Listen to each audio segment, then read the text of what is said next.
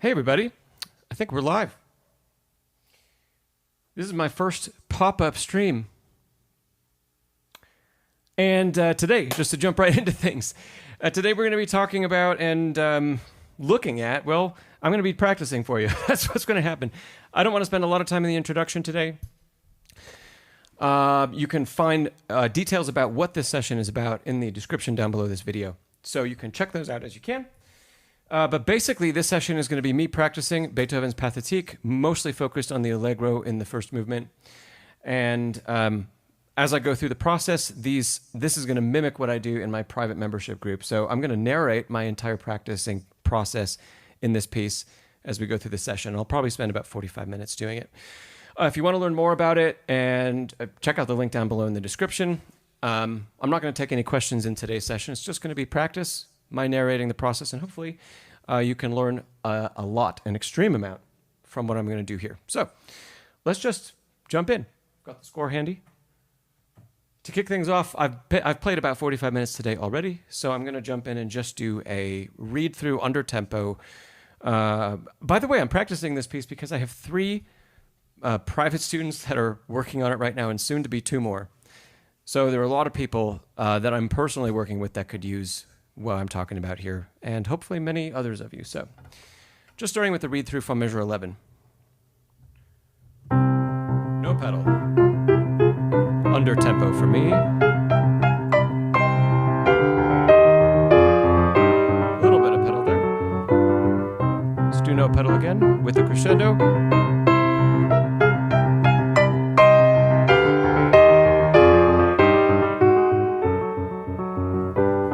Focusing on clarity of these arpeggios.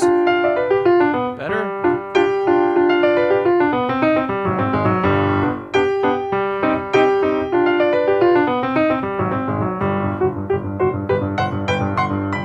Always showing shape. Always making sure I'm using the fingers I plan on.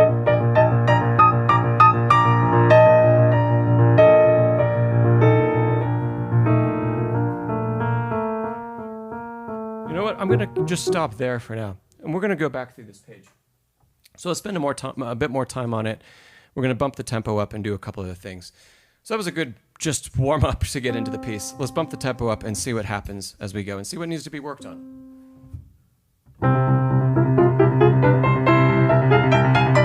We'll do that again. I missed one note. So let's see. It was the E flat. So I'm going to make sure if I need to take a little time, I'm going to take time just to make sure I play that pitch.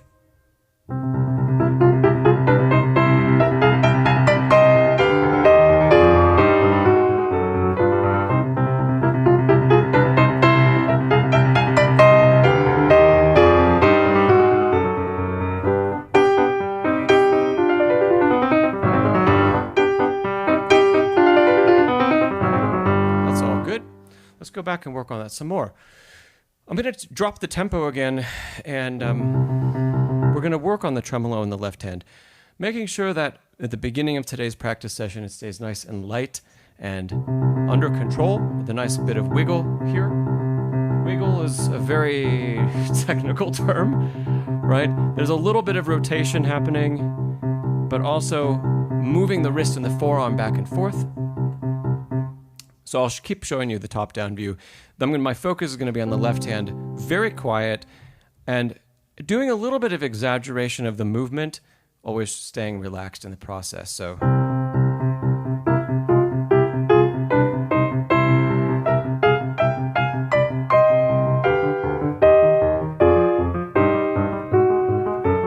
notice how soft this is. It's one of the big mistakes I see students have here is they get so heavy, and then even playing far under tempo, it's already difficult. We need to keep this extremely light and let the dynamic come over time. Lead the dynamic with the right hand.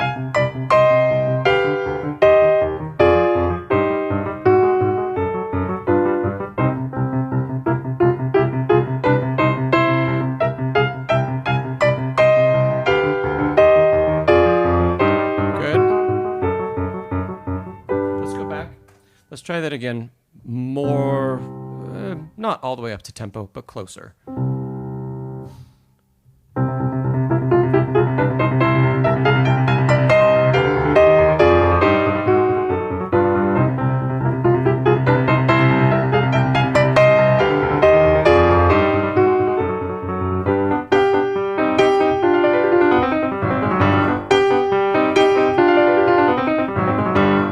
Again, this time really making sure I don't use any pedal. And then after this, we're going to take a sample of what tempo I am playing and see where we're going to go in the future from here. So,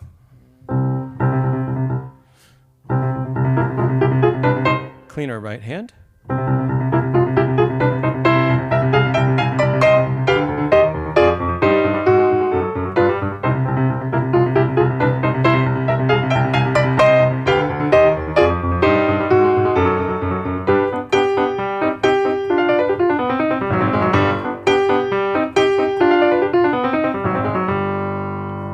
Good.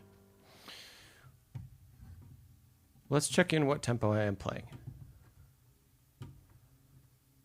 Having a metronome app where you can tap out the tempo you're using, super cool, important to have for moments like these. So I'm tapping out the half note tempo I was playing. It was about 130. So I know that in this piece, Czerny recommends 146 for the tempo. It's not going to show me above that. Oh, barely. Okay. 146. 146 is the tempo I'm personally aiming for. See where that is. Okay. Let's give that a go and see what problems creep in and if there's anything that needs to be fixed.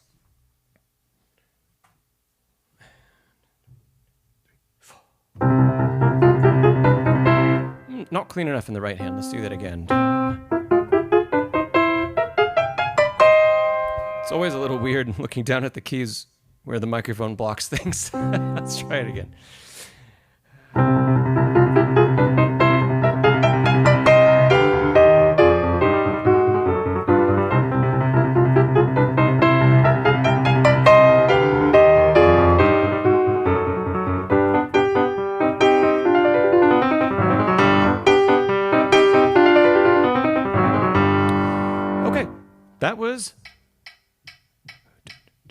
That was still 146.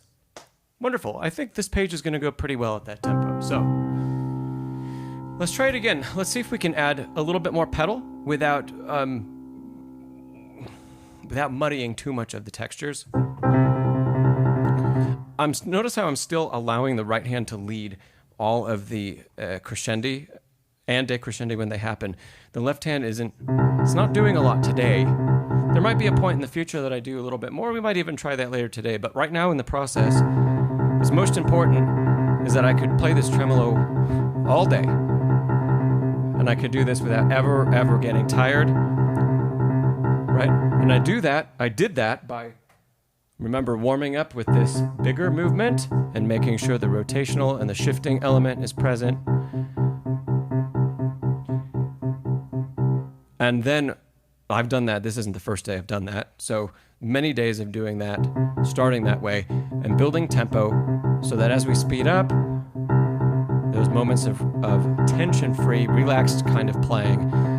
Relaxed is always an interesting word because relaxed, you can't actually play the piano if you're fully relaxed. Your hand would just fall off the instrument. But mostly relaxed. So, okay, let's go back. Hey, Newt boy. It was good to see you earlier this morning, by the way. Okay, back to 146. Down, 2, 3, 4. Cleaner right hand.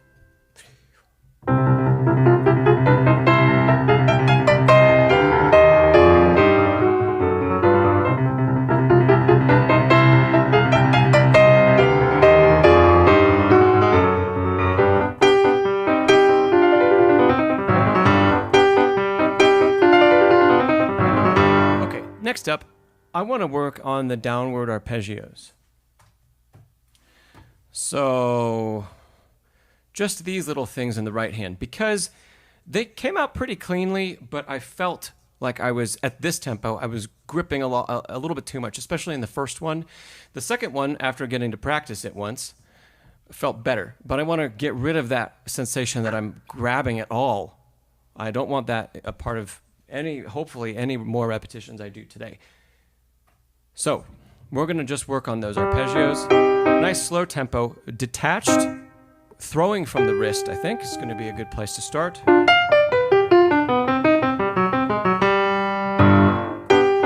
do both hands.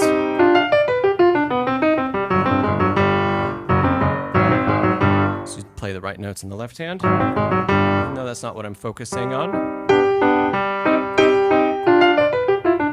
Cleaner.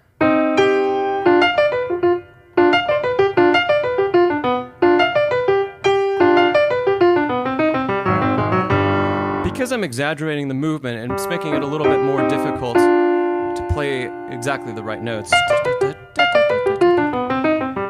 But in exaggerating that movement, yeah, I'm really activating the fingers well. So when I get rid of the exaggeration, oh my goodness. There it is. When I get rid of the added movement and the throwing from the wrist, that what's left is really crisp and clean articulation. That's what I want. So I'm building that by activating a little bit more of the body.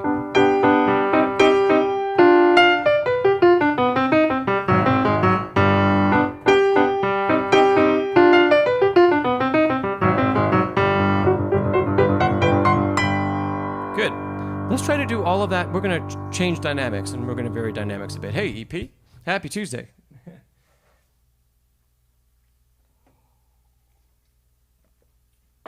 Okay. Taking the same passage, we were playing all of that forte with accents. So let's drop the dynamic to piano for the whole passage.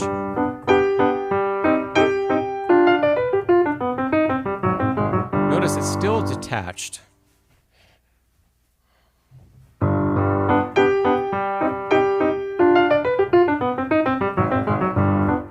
Very loose in the wrist.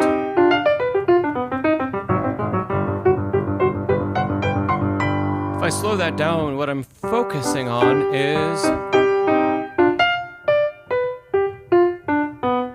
notice how the shape that the hand is down the arpeggio. It's so relaxed that after every attack, after every pitch, the hand is returning to this incredibly relaxed shape. That's the focus, going slower and with a piano dynamic.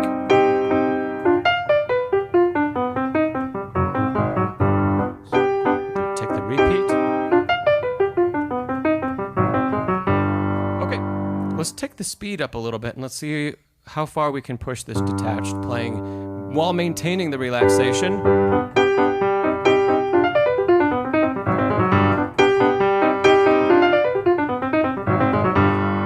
Now, if I changed the way I'm practicing and I was still playing short, almost like staccato articulation, but not true detached and not activating from the wrist, I could take the tempo faster than this. But I don't want to do that, because I don't want to practice a fast staccato passage. That's going to be the wrong finger movement. What I want to practice is the finger activation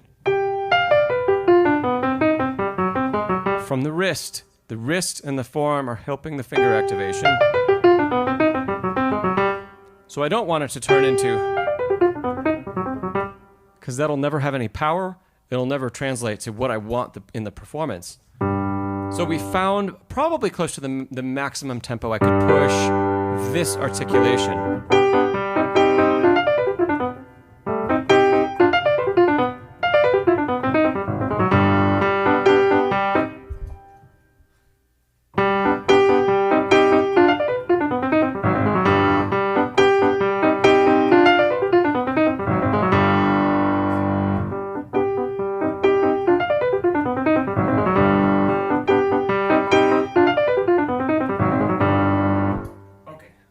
Better. Becky, great to see you here. Okay, let's keep going. Let's test this out. So I've done a variety of different practice methods on these arpeggios. And I started all this process because I felt like there was too much holding of the arpeggiated position in the hand through there. So I wanted to get rid of the hold, let the hand relax. So what we chose to do was slow down, 2 different dynamics, and play detached articulation, because that instantly, there's instant relaxation across all of that playing. So.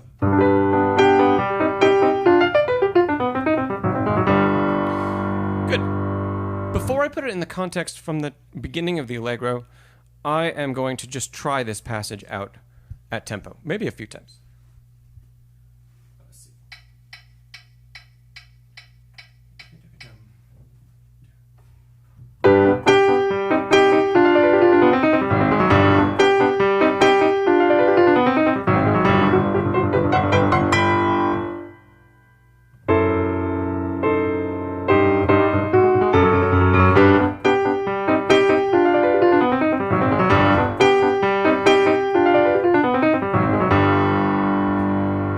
Good news, trying that out, that tension is gone. Wonderful. Now I need to make sure that it's truly still gone when I take it from the top of the page, or from the beginning of the Allegro. So, show you a little bit of the music.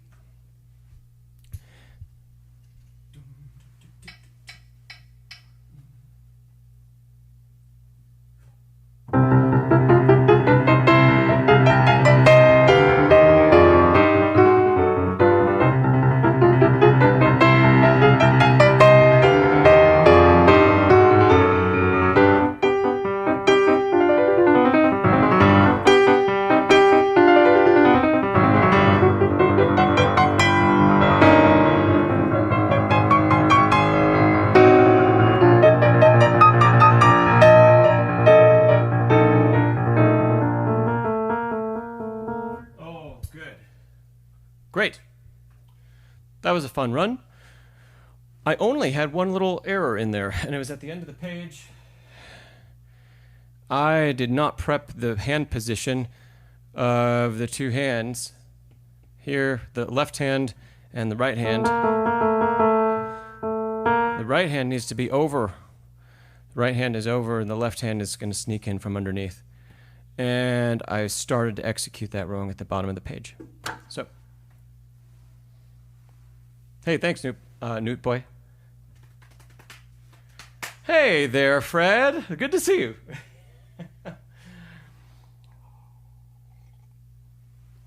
Okay. We're going to revisit the opening of the Allegro again later, but we're going to go on. Since I haven't played any of the next page at all today, we're going to start with something down tempo. Probably around there. Less pedal to no pedal. We're going to keep it clean.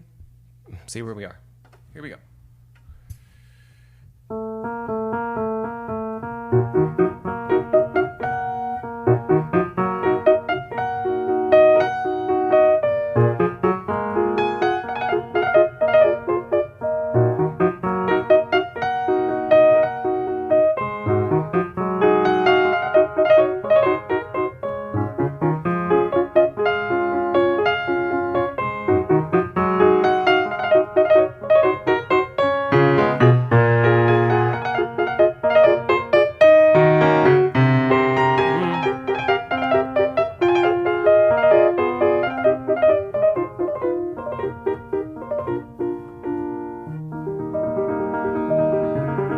There's not going to be any Q&A today.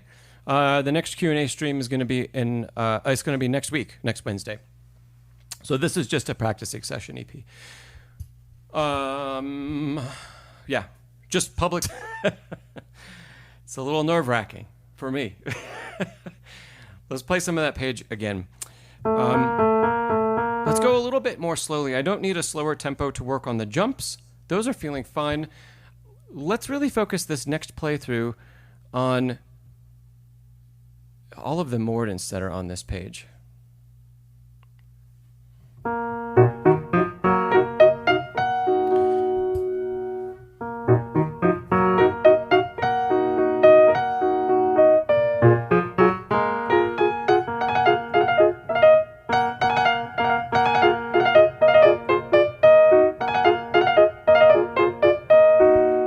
in focusing on this,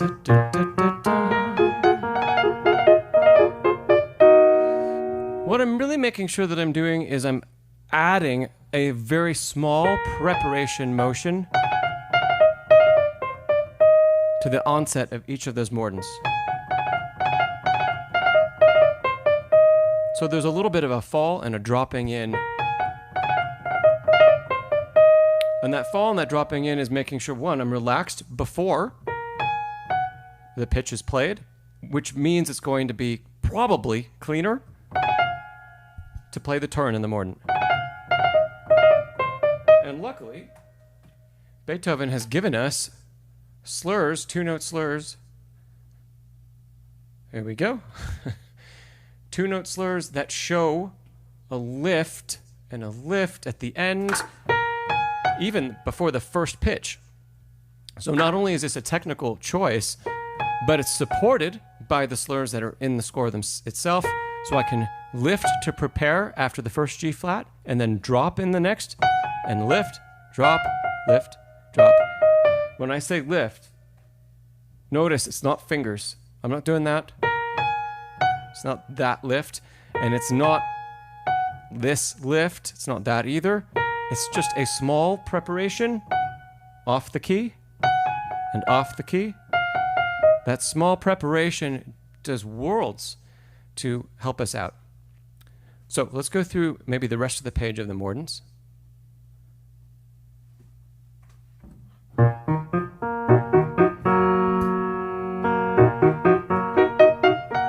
Let's do no pedal.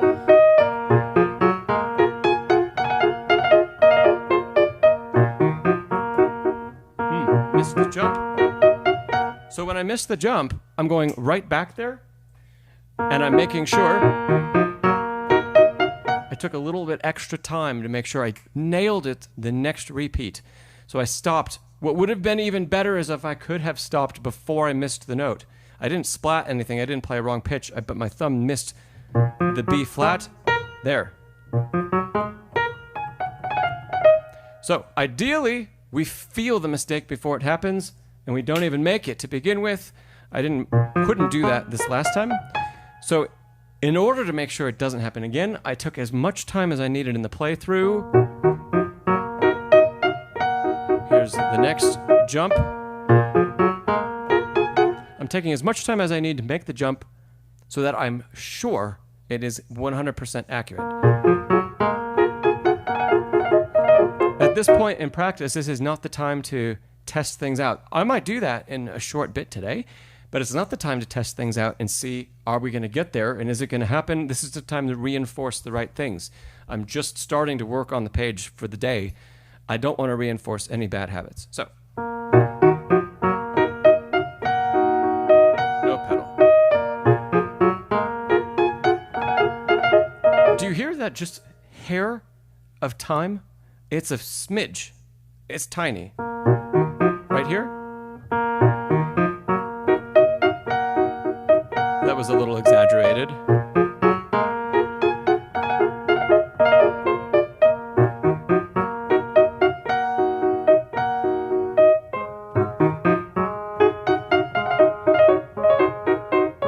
I'm going to do that again. I used fingers I didn't want. I played all the right notes, but not with the fingers.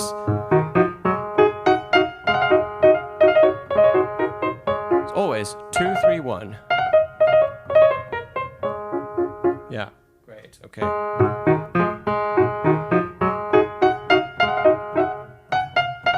3, 1.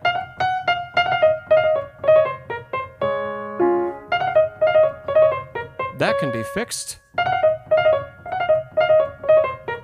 simply by staying a little closer to the keys and doing less of a preparation exaggeration. Going back to the top. Time. Time. Time. And time. Time. Staying closer. Time. Time. And time. Time. Time. Okay. No, I wasn't quite prepared to go on. Let's do some of this again. Oh. Let's do some of this again at a bit of a faster tempo. And we're going to add some pedal back in, make it a little bit more musical. But all of those things, if I still need to take time, I'm still going to take time where I need to. And by taking that time in a slow tempo, we're building a great habit that's saying, across these big leaps of 2 octaves, right hand over left hand, that I don't need to be worried about it. I never need to be worried about it. And by building in that time, I'm not only making sure that the movement is very accurate, but I'm giving myself a mental, like a cushion almost, that says there's nothing to worry about. You're not going to miss the leap, no matter what. If we do that practice enough, the time might end up even going away, or it'll be so tiny it won't be even audible, but we'll feel it, and the feeling that it gives us is going to translate into a lot of accuracy across that leap. Okay, now that I said all that, let's see what actually happens.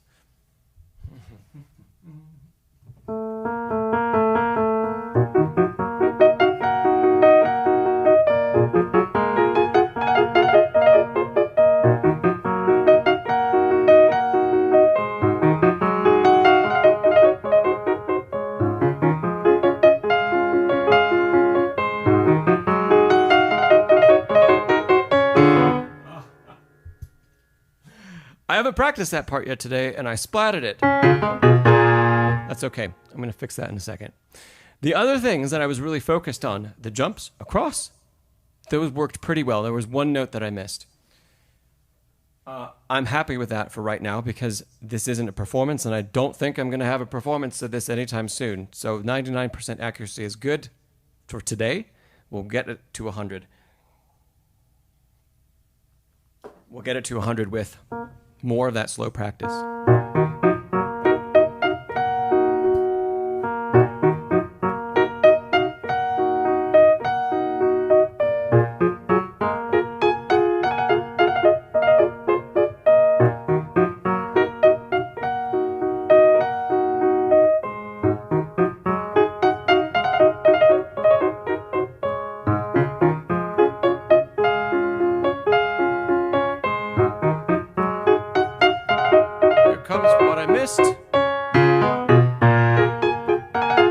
Let's make that better.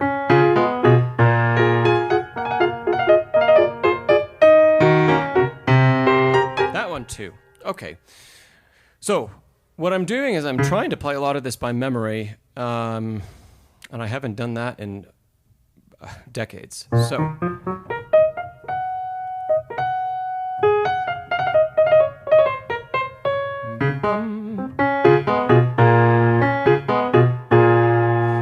Just a couple little bars that I need to be sure I can look away from the score and play the right notes. That's one. Here's the next one. That was the wrong note.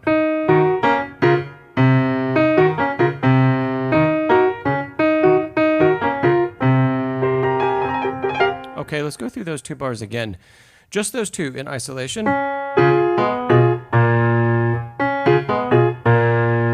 What I'm doing right now is almost like a little bit of interleaved practice mixed with blocked practice. Next one. I'm going to keep doing that.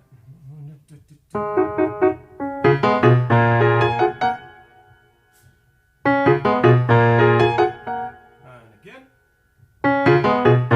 What I need to do, I need to do the jump across. That's where the problem is. Let's practice that. Good. Again.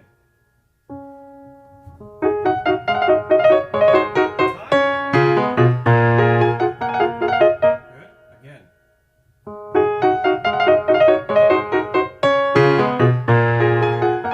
Good.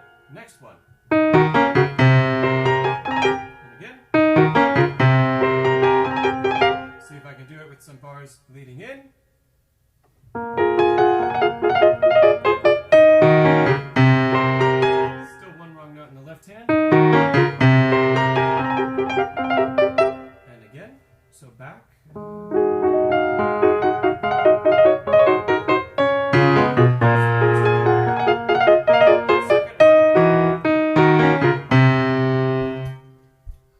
that more cleanly, for sure.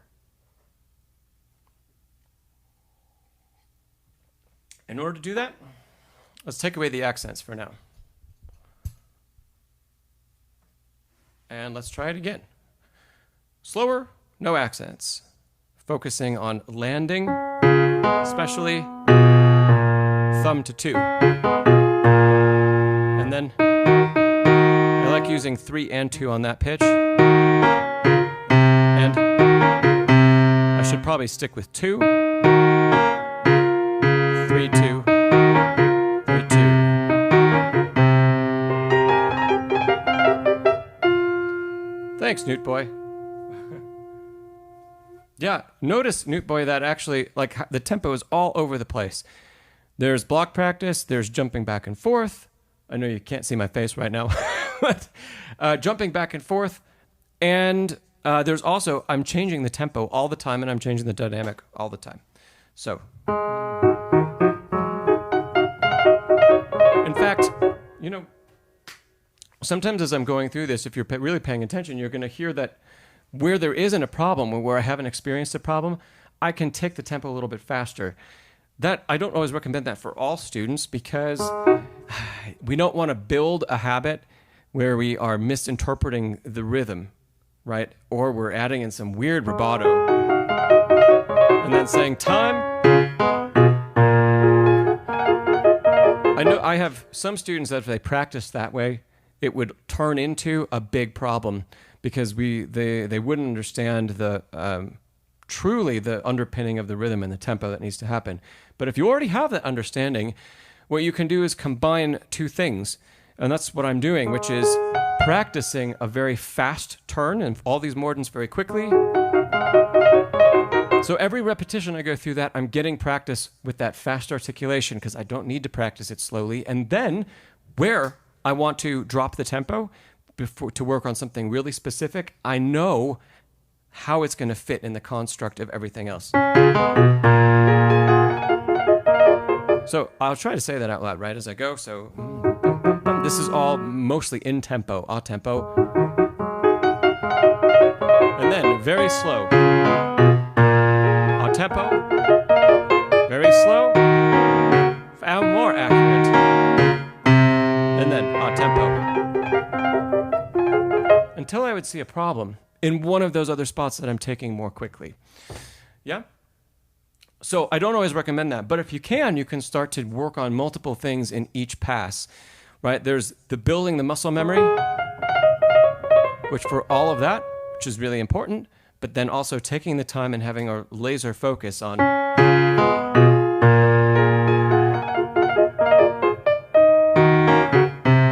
So how do you know if that's right for you? Do you have the piece internalized well enough that you know exactly by ear, you know exactly how the notes are supposed to flow, what the pitches are, and what the rhythm is supposed to be? So if we do know all of those things, we can start to pull this apart and practice in multiple different ways simultaneously, really. If we don't know that and we're still kind of in the learning process, that can be a dangerous thing, because it leads to imprinting the wrong information in muscle memory. So we just need to be careful about that. I'm going to do a couple more spot repetitions of this, because I really want to get these jumps. I want to get that correct. And it's very distracting to have the microphone like right in my line of vision while I'm working on something that crosses so much. So I'm going to move this away.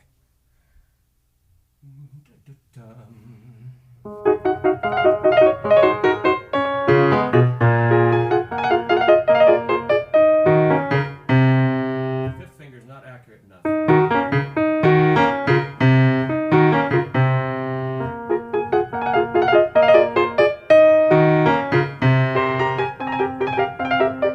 Okay, again.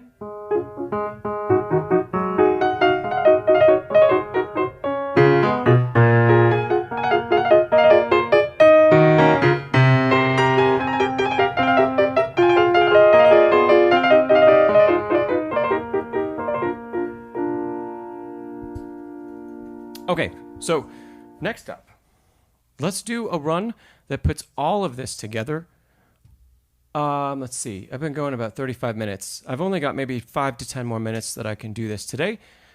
So let's take a run from the beginning of the Allegro. We're going to see what happens, and I'm going to assess that, not on the spot as I play, but just I'll inform you when I finish the run of this, basically 2 pages.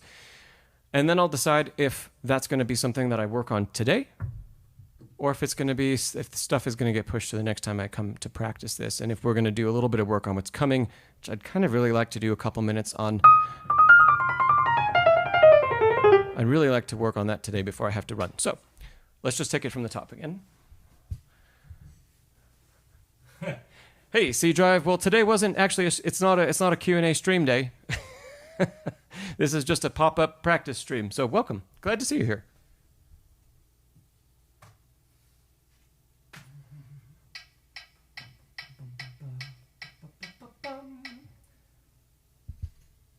Just before I start, notice every time I've used the metronome, I turn it on to refresh the tempo. This is really important. I internalize the tempo. I don't know if you could hear it, but I started to sing out loud the passage that I'm about to play. Bum, bum, bum, bum, bum, bum, bum, ba, ba, ba, ba, ba, bum, and do a little bit of visualization of what that's going to be like at the keyboard. So you can't really see it, but when this turns on and I look down at the keyboard as I'm preparing myself, I am playing in my mind the opening passage before I play it. And then I set myself, and then we go. That's something that is really hidden in just a few moments in time, but it's really, really important every time we start something. So here we go again.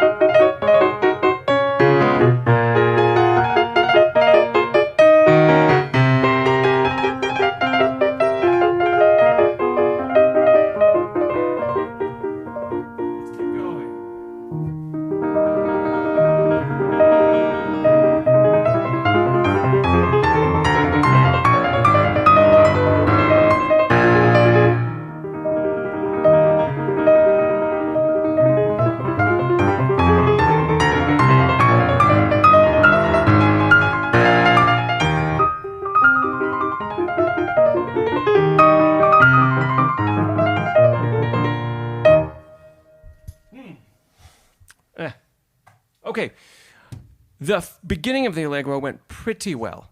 There was still a little bit of locking up that led to a lack of clarity in those arpeggios. Awesome, Rhodesy, good to see you. So I'm not going to address that today, but it would be the next thing, one of the first things that I'd address in the next practice session that I'd have on this. So I jumped there. The other stuff is, you couldn't see, but I was trying to play this from memory. And obviously, I don't know it well enough yet because I ended up jumping a line. So there's another problem in there that needs to get fixed. Again, I want to move to something else before I have to stop practicing today. So I know that's something I'm going to attack the next session that I have on the piece. Later in this, the spot that I was just working on prior, notice in the run-through, just to be ultra precise, I took that extra time That might not make it into my final performance, but I took that extra time. And again here, let's do that much better. Because taking the extra time is about playing the right note.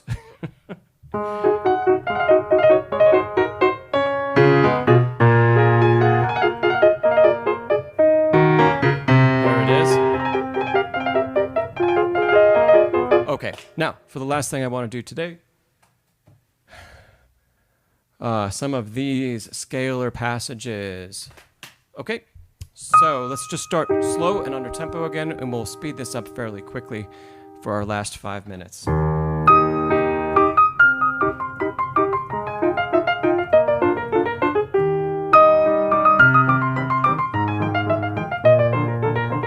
Notice immediately what I jumped into, the type of practice I jumped into was soft, detached, not staccato. You probably couldn't see it on the screen very well, but I'll blow it up this time. It's detached and from the wrist. Because I want to promote finger articulation without lifting the fingers.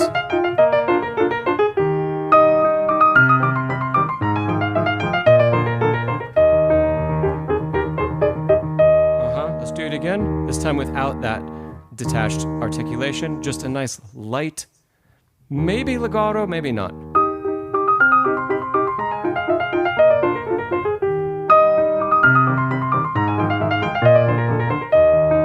Yeah, good. Now, where do I need to get this to? It's not too far away from there. This is under tempo.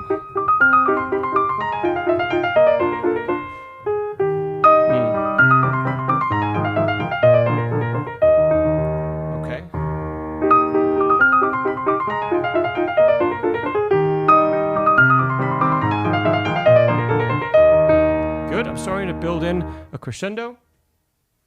Rhodesy, nostalgic, interesting. And Rhodesy, will I post a performance when I've got it? I eventually, yes, I will post a performance of maybe the whole sonata. Definitely the first movement, maybe the whole thing. So.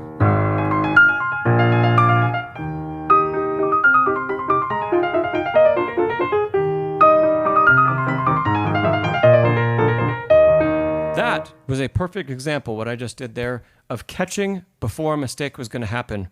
You notice where things went out of time. That was on purpose, because I wasn't going to blaze through when I felt a mistake coming. I was going to stop preemptively or slow down enough that I could find the right note.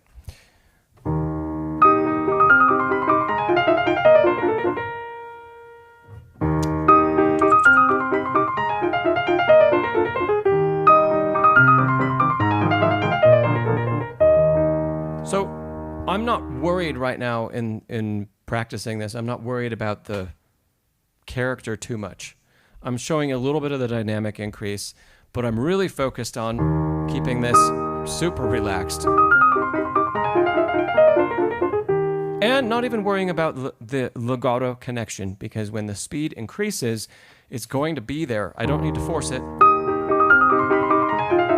But I do need to get that rhythm ultra precise. So let's go back to a little bit of detached work. And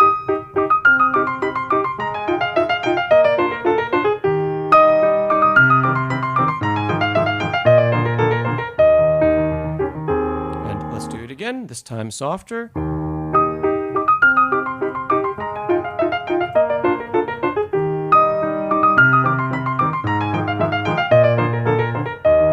I really need to get it memorized, and it's not quite there yet.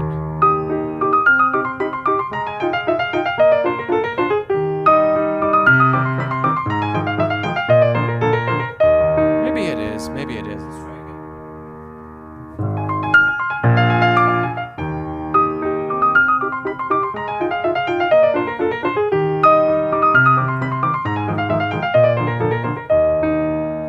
Good. Continue. We have quite a ways to go.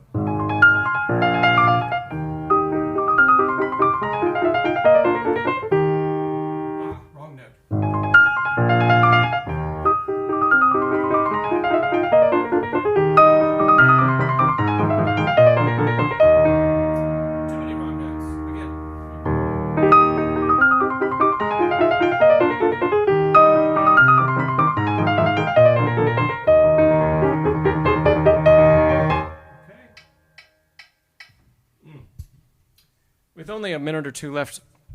I'm not going to bother clicking that tempo up the rest of the way.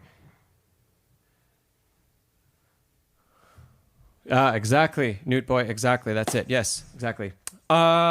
Just another minute on this, and then I'm going to review the arpeggio and the Allegro, and we're going to call it a day, because I've done about 45 minutes. Okay. So, let's see.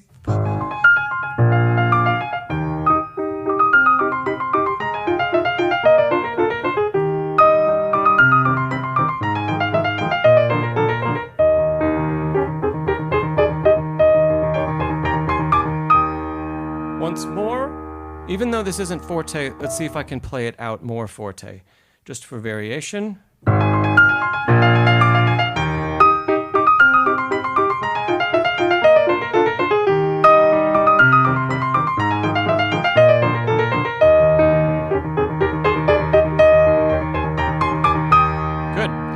Now, last thing for today, we're just going to review the arpeggios slowly.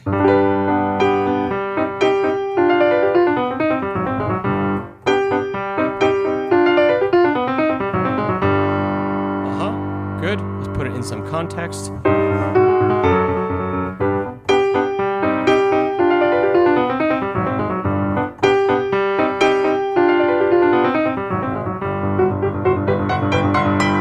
And let's jump forward and play the spots I was pausing in the section full of mordents.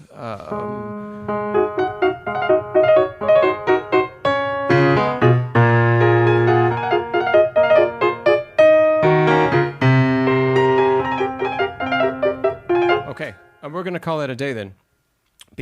So what I just did at the end of the session right there was I reviewed a couple of the other concepts that I spent a lot of time on, and I did them in kind of an interleaved way. So I only did a couple repetitions of each, and then I jumped there, and I didn't play it with the context around. I didn't play it from the beginning of the Allegro. I didn't play the spot near the mordent section from the beginning of that section. I jumped right to it. And eventually, I couldn't do it today, but eventually I would jump right to it from memory without even reminding myself what the bars were. So there was a combination of interleaved and variable practice in both of those spots. If any of those terms are not familiar to you, check out my practicing course and join the community. Links to both of those are down below in the description. That's all for today. I've got to run. But it was great to see many of you tune in here, including some good friends. So, hey, thanks for joining. And I'm going to be doing more of these, probably at least one a week practicing session for something about somewhere between 30 minutes and an hour. If I have time to do more, I'll do more. But in the meantime, hey, thanks for tuning in. I will see you next week. There's a stream, a Q&A stream this Friday. There's a new video. Yeah. Hey, C Drive. Yeah, thanks for being here. And Becky, awesome. Good to see both of you. And take care, everybody else. If you're wondering what any of this is about, check out the beginning of the stream. I talk a little bit about it, and there's stuff in the description about it as well. All right. See you next time, everybody. Hey there, Seth. Glad you said hi.